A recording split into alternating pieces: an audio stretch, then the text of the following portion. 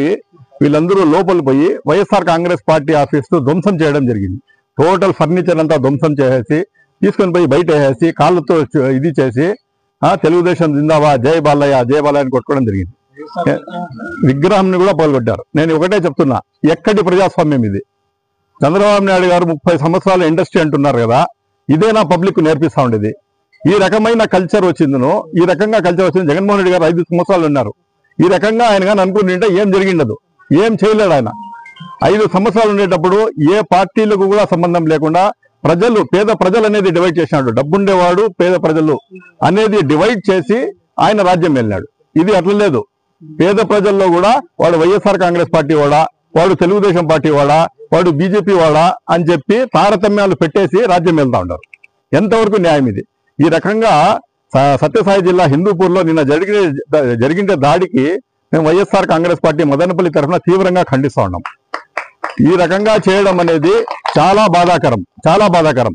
అదే బాలకృష్ణ గారు భయాన వల్ల బంధువు కావడము, సడిగుడు కావడము, చాలా బంధువు అయ్యి ఆయన కాన్స్టిట్యూన్సీలో జరగడము, ఏ మెసేజ్ పోతా ఉంది పబ్లిక్ లో?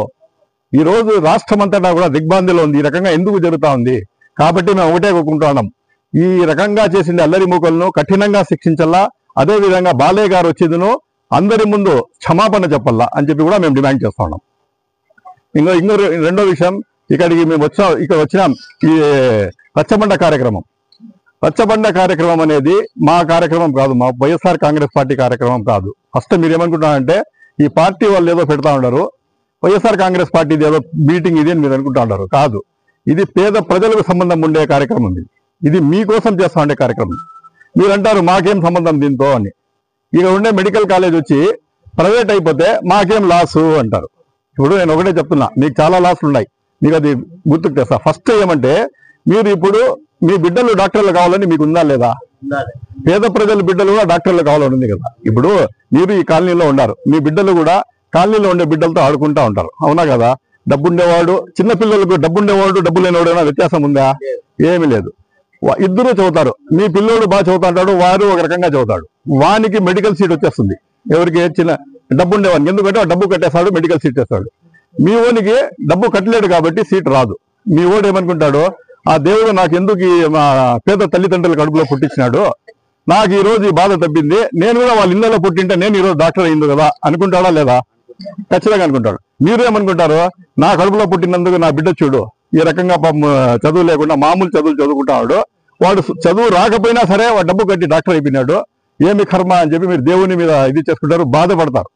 మీ బాధను జగన్మోహన్ రెడ్డి గారు గ్రహించినారు. అది గ్రహించాడన్న చూడండి, ఎంత మనిషి యొక్క పేద ప్రజల బాధ ఏమనేది గ్రహించే వ్యక్తి జగన్మోహన్ రెడ్డి గారు. ఆయన గ్రహించినాడు. నిజంగానే మా పేద ప్రజలు బాధపడతా ఉన్నారు, వాళ్ళకు కూడా పేద ప్రజలు కూడా బాగా చదివే పిల్లలకు మనం అవకాశం ఇద్దాం అనే ఉద్దేశంతో జిల్లాకు ఒక మెడికల్ కాలేజ్ పేదవాళ్ళ కోసం తీసుకుని వచ్చినాడు. పేదవాళ్ళ బిడ్డల కోసం జిల్లాకు మెడికల్ కాలేజ్ చేసినాడు. మీ బిడ్డలు బాగా చదివే బిడ్డలైతే, బాగా మంచి మార్కులు తెచ్చే బిడ్డలైతే మీకు ఈజీగా ఆయన మదనపల్లిలోనే సీట్ దొరుకుతుంది.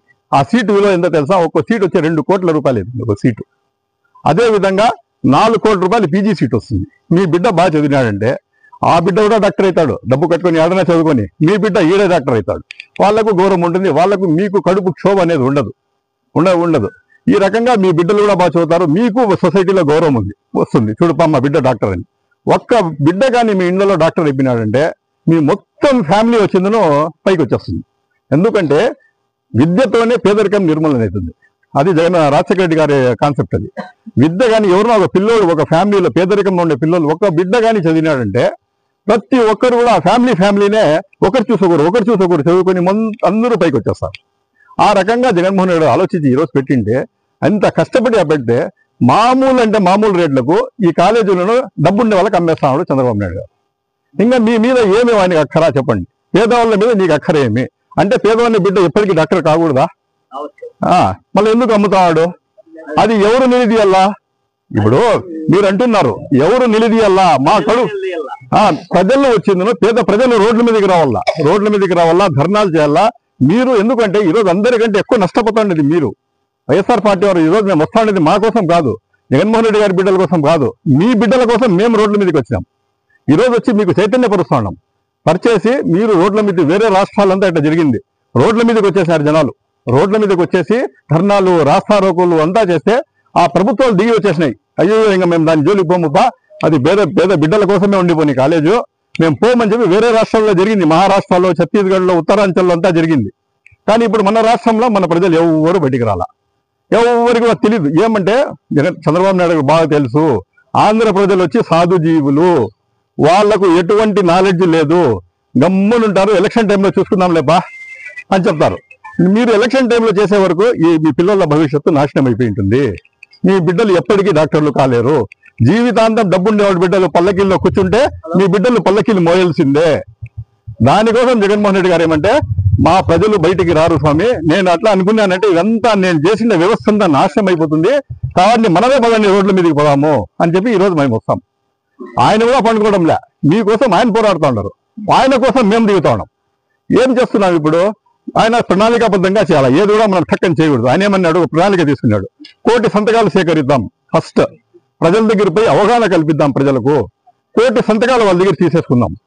అంటే మన మదనపల్లి కాన్స్టిట్యున్సీకి 60-70 సంతకాలు తీసుకోవాలి. మనం 60-70 సంతకాలు, మనం 60-70,000 సంతకాలు తీసుకొని మొత్తం రాష్ట్రం అంతా 1,000,000 సంతకాలు తీసేసుకుందాం. తీసుకొని పోయిందను గవర్నర్ ఆఫ్ ఆంధ్రప్రదేశ్కి ఇచ్చి ప్రెసిడెంట్ ఆఫ్ ఇండియాకు పోతుంది. అప్పుడు ఏమవుతుందంటే దేశమంతా అందరి దృష్టి ఆంధ్ర రాష్ట్రం మీద పడుతుంది. ఏమి జరుగుతుంది ఇక్కడ, ఎందుకు 1,000,000 మంది సంతకాలు పెట్టినారు, ఇది ప్రపంచ రికార్డు, ఇది ప్రపంచంలో ఎక్కడ కూడా 1,000,000 సంతకాలు, ఇది మాకు అవసరం లేదని పెట్టిన జాగానే లేదు. 1,000,000 సంతకాలు ఎత్తుకుని పోయి మనం పోయి ప్రెసిడెంట్ ఆఫ్ ఇండియాకి ఇస్తే, అక్కడ ఉండే ఢిల్లీలో ఉండే పెద్దలందరూ చంద్రబాబు నాయుడు పిలిచి ఒత్తిడి తెచ్చి, నీ డెసిషన్ నువ్వు రివర్స్ తీసుకో, నువ్వు చేస్తా ఉండేది తప్పు అని ఆక్షింతలు వేసి, ఆయనకు ఎక్కువ ప్రెజర్ పెట్టిన దానివల్ల ఈయన తగ్గిపోతాడు అనే ఒక ఉద్దేశంతో జగన్మోహన్ రెడ్డి గారు ఇది చేసుకోవడం జరుగుతుంది. దానిలో భాగంగానే ఇప్పుడు 70,000 మనకు టార్గెట్ ఇచ్చినారు కదా, మేము ఈ రోజు ఇక్కడికి వచ్చిన మీ దగ్గరికి వచ్చి 70,000 సంతకాలు అంటే మీ వార్డుకు దగ్గర 500 సంతకాలు వస్తాయి. యాక్చువల్లీ మీరు 4,000 ఉన్నారు, మీరు ఓటర్లే, 500 ఇది వస్తాయి. యాక్చువల్లీ 4,000 కూడా పెడతారు, కానీ మనకు అంత లేదు. మనకి ఇచ్చిన టార్గెట్ 50,000-60,000. అందుకోసం 500 ఇవి అర్జీలు మీకు ఇస్తున్నాం. మీరు సంతకం ఈరోజు దాంట్లో పెడతా ఉన్నారే, మా కోసం కాదు, మీ బిడ్డల కోసం మీరు పెడతా ఉండి. మాకోసం మీరు అనుకుంటా ఉంటారు, మా కోసం మీరు పెట్టే వైఎస్ఆర్ పార్టీకి ఏదో మేలు జరిగిపోతుందని. ఈరోజు ఇప్పుడు ఎలక్షన్స్ ఏమీ లేవు, కేవలం మీకు అవగాహన కల్పించి మీకు జరిగే నష్టాన్ని మీకు చెప్పి మీ దగ్గర సంతకాలు తీసుకోవాలని చెప్పి వస్తా ఉన్నాం. అది ఒక నష్టం మీద. ఇంకో నష్టం ఏమంటే మీకు జరిగేది, ఈరోజు మీకు ఏదైనా మెడికల్గా ఏదైనా ఇబ్బంది వచ్చింది, హాస్పిటల్ పోతారు, హాస్పిటల్ పోతే ఇది కూడా ప్రైవేట్ అయిపోతా ఉంది, గవర్నమెంట్ హాస్పిటల్ కూడా. అక్కడ పోతే ఏదైనా వైద్యం చెప్పించుకోవాలనుకోండి, మీకు ఎక్కడ కూడా ఏమీ లేదు. ఏం చెప్తా, తిరుపతికి పోండి, బెంగళూరు పోండి అంటారు. అదే ఇక్కడ గవర్నమెంట్ మెడికల్ కాలేజ్ వస్తే ఆటో డబ్బులతో మీరు ఆడిపోతే, ఆటో డబ్బులతో మీరు అక్కడ పోయినారంటే పిలుచుకొని సూపర్ స్పెషాలిటీ తరహాలో, బెంగళూరు తిరుపతి తరహాలో మీకు వైద్యం ఫ్రీగా అందుతుంది, మొత్తం ఫ్రీ. మళ్ళీ అక్కడ నుండి మీరు ఫ్రీగా మదనపల్లికి మళ్ళీ ఆటోలో వచ్చేయచ్చు. ఆ రకంగా మిథున్ రెడ్డి గారు పేద ప్రజలు మదనపల్లిలో ఎక్కువ ఉన్నారు, వాళ్ళకు ఒక కాలేజీ కట్టించేసి ఫ్రీగా వైద్యం A to Z ఎంతైనా కానీ 25 లక్షలు కానీ 30 లక్షలు కానీ 50 లక్షలు కానీ సూపర్ స్పెషాలిటీ తరహాలో ఇక్కడ వైద్యం అనే దానికి కాలేజ్ ఓపెన్ చేస్తే ఇది పోయి ప్రైవేట్ వాళ్ళకి ఇచ్చేస్తా ఉన్నారు. ఇప్పుడు ఏమి ఇబ్బంది, ప్రైవేట్లో మీరు అడుగు పెట్టగలరా? మణిపాల్ హాస్పిటల్ మీరు అడుగు పెడతారా? ఎట్లా కడతారంటే హాస్పిటల్ అంత బాగా కడతారు, కానీ మనం అడుగు పెట్టలేం, పేదవాడు అడుగు పెట్టలేడు. లాస్ట్కి పరిస్థితి గవర్నమెంట్ హాస్పిటల్ కూడా ప్రైవేట్ అయిపోతా ఉంది. లాస్ట్కి పరిస్థితి ఏమంటే, మన ఇళ్లలో అవ్వాతాతలు కానీ ఎవరైనా హెల్త్ బాగాలేకుండా ఆరోగ్యం లేకుండా ఉంటే ఆ దేవుని మీద భారం వదిలేసి మన వెంకటేశ్వర స్వామి ఉన్నారు, ఆయన కాపాడుకుంటాడు, మేమేం చేయగలము, మేము అంత డబ్బు పెట్టలేము అనే స్థితికి వచ్చేస్తారు జనాలు.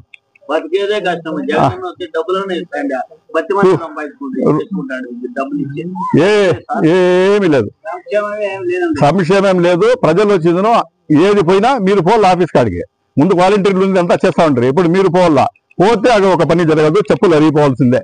పోరా పోరా పోరా చెప్పులు అరిగిపోయి ఇంకో జత కొనుక్కోవాల్సిందే. ఆ రకంగా జరుగుతుంది. కాబట్టి జగన్మోహన్ రెడ్డి గారు ఈ రోజు ఇక్కడికి వచ్చి పేద ప్రజల కోసం ఇది చేస్తా ఉన్నారు. మీకు కూడా ఒక టార్గెట్ పెట్టాం, మీరు కూడా ఈ సంతకాలు పెట్టండి, మీ బిడ్డల భవిష్యత్తు కోసం మీరు ఈ రోజు సంతకం పెడతా ఉన్నారు. మీకు నాణ్యమైన వైద్యం ₹1 ఖర్చు లేకుండా కావాలంటే ఈ సంతకం పెడతా ఉన్నాం. ఇప్పటికీ మన చేతుల నుండి ఏమి వెళ్ళిపోలేదు. ఇప్పుడు కూడా మనం తిరగబడి సంతకాలు పెట్టి జగన్మోహన్ రెడ్డి గారి పిలుపు మేరకు మనం ముందుకు వచ్చినామంటే ఈ గవర్నమెంట్ కాలేజ్ అట్లే ఉండిపోతుంది, మీ పిల్లలకు సీట్లు వస్తాయి, అదే విధంగా మీకు నాణ్యమైన వైద్యం ₹1 ఖర్చు లేకుండా వస్తుంది. కాబట్టి దీనికోసం మేము వస్తా ఉన్నాము. కాబట్టి మీరు గ్రహించండి, మా పార్టీ కోసం కాదు మీకోసం మేము పోరాడుతున్నాం. కాబట్టి మీ బాధ్యత, ఇప్పుడు మీ బిడ్డల కోసం పోరాడుతూ ఉంటారు, మీ బాధ్యత అవునా కాదా వాళ్ళకు సపోర్ట్ చేయడం? చెప్పండి. మీ బిడ్డల కోసం మేము పోరాడుతూ ఉంటే జగన్మోహన్ రెడ్డి గారు పోరాడుతా ఉంటే మీ బాధ్యత కదా, మీరు వచ్చి మాకు సపోర్ట్ చేయాలి కదా. మీ బాధ్యతగా మీరు సపోర్ట్ చేయండి. సపోర్ట్ మేమేం మీకు రాళ్ళు కొండకు మేమేం చెప్పడంలా, సంతకాలు పెట్టండి. ఏదైనా ర్యాలీలు పిలిస్తే రండి, మనం చేసుకొని ఎట్లా తిరిగి మన కాలేజీ మనం నిలుపుకుందాం.